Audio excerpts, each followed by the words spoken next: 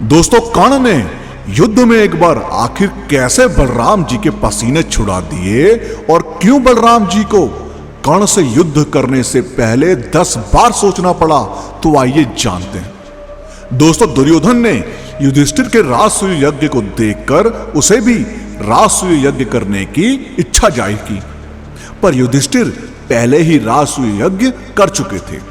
इसलिए इस राजसूय यज्ञ के तोड़ का यज्ञ वैष्णव यज्ञ करने की इच्छा दुर्योधन ने जाहिर की।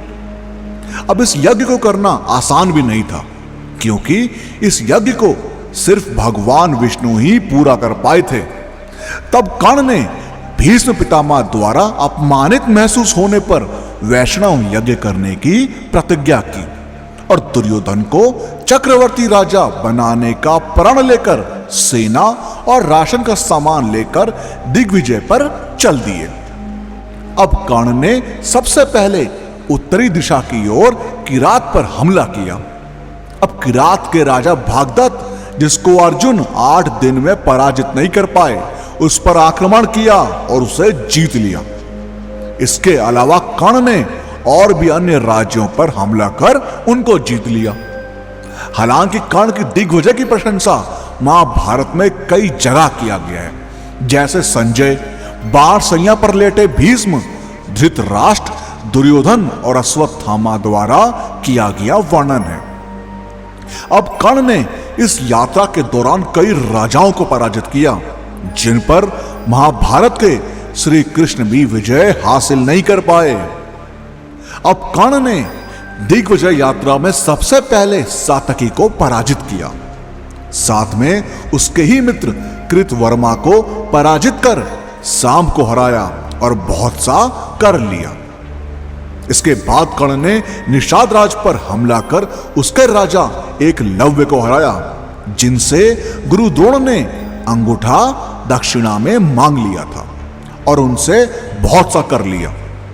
अब आपको बता दें कि अंगूठा कट जाने के बाद एकलव्य के पास पहले जैसे बाण छोड़ने की ताकत नहीं रही, इसलिए एकलव्य कर्ण से पराजित हुआ।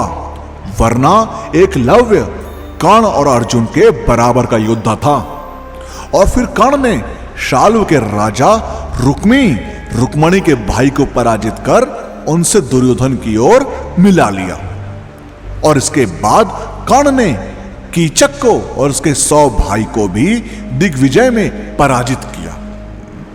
अब इस दिग्विजय यात्रा के दौरान कर्ण द्वारिका के निकट पहुंचते हैं, तो उन्हें वहां पहले से चल रहे यज्ञ का घोड़ा रास्ते में दिखता है, जो श्री कृष्ण और बलराम जी की सुरक्षा में होता है।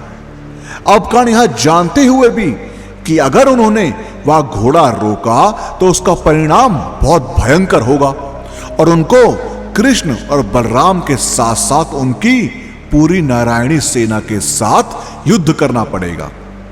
कर्ण वह घोड़ा रोक लेते हैं। अब जब इस बात का पता बलराम जी को चलता है तो वो क्रोध में आ जाते हैं और वह श्री कृष्ण से युद्ध में चलने के लिए कहते हैं। इस पर श्री कृष्ण कहते हैं कि दाऊ, मैं युद्ध में भाग तो ले लूंगा, लेकिन योद्धा के रूप में नहीं, एक सारथी के रूप में, क्योंकि जिस योद्धा से तुम युद्ध करने जा रहे हो वह महारथी है। उसको युद्ध में पराजित करना इतना आसान नहीं है। उसको पराजित करने के लिए तुम्हें एक चपल सारथी की जरूरत पड़ेगी। अब बलराम कुछ देर सोचने लगते हैं और अंततः बलराम श्री कृष्ण की बात मान लेते हैं और कर्ण से युद्ध करने के लिए निकल पड़ते हैं। अब जैसे ही बलराम युद्ध भूमि में पहुंचते हैं, कर्ण अपने बाण से एक फूलों की माला बलराम जी के गले में डालकर उनको नमन करते हैं। अब जैसे ही बलराम को फूलों की महक आती है, उनको परशुराम का स्मरण होता है और फिर उन्हें पता चलता है कि कर्ण परशुराम के शिष्य हैं और उनसे युद्ध करना व्यर्थ है। लेकिन बलराम कर्ण से यज्ञ के अश्व को रोकने का कारण पूछते हैं। इस पर कर्ण कहते हैं कि आपके अश्व का एक कान कटा हुआ है, यानी इसका अंग भंग है और नीति अनुसार अंग भंग के अश्व के साथ किया गया यज्ञ फलदायक नहीं होता।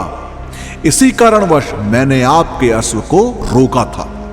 यह सुनकर बलराम जी कर्ण पर बहुत प्रसन्न होते हैं और उनसे कुछ मांगने को कहते हैं। इस पर कर्ण कहते हैं कि मेरा लक्ष्य अभी मित्र दुर्योधन को सर्वशक्तिशाली बनाने का है, इसलिए मैं चाहता हूं कि आप दुर्योधन को गदा युद्ध की शिक्षा दें और उन्हें संसार का सर्वश्रेष्ठ गदाधारी बना दें।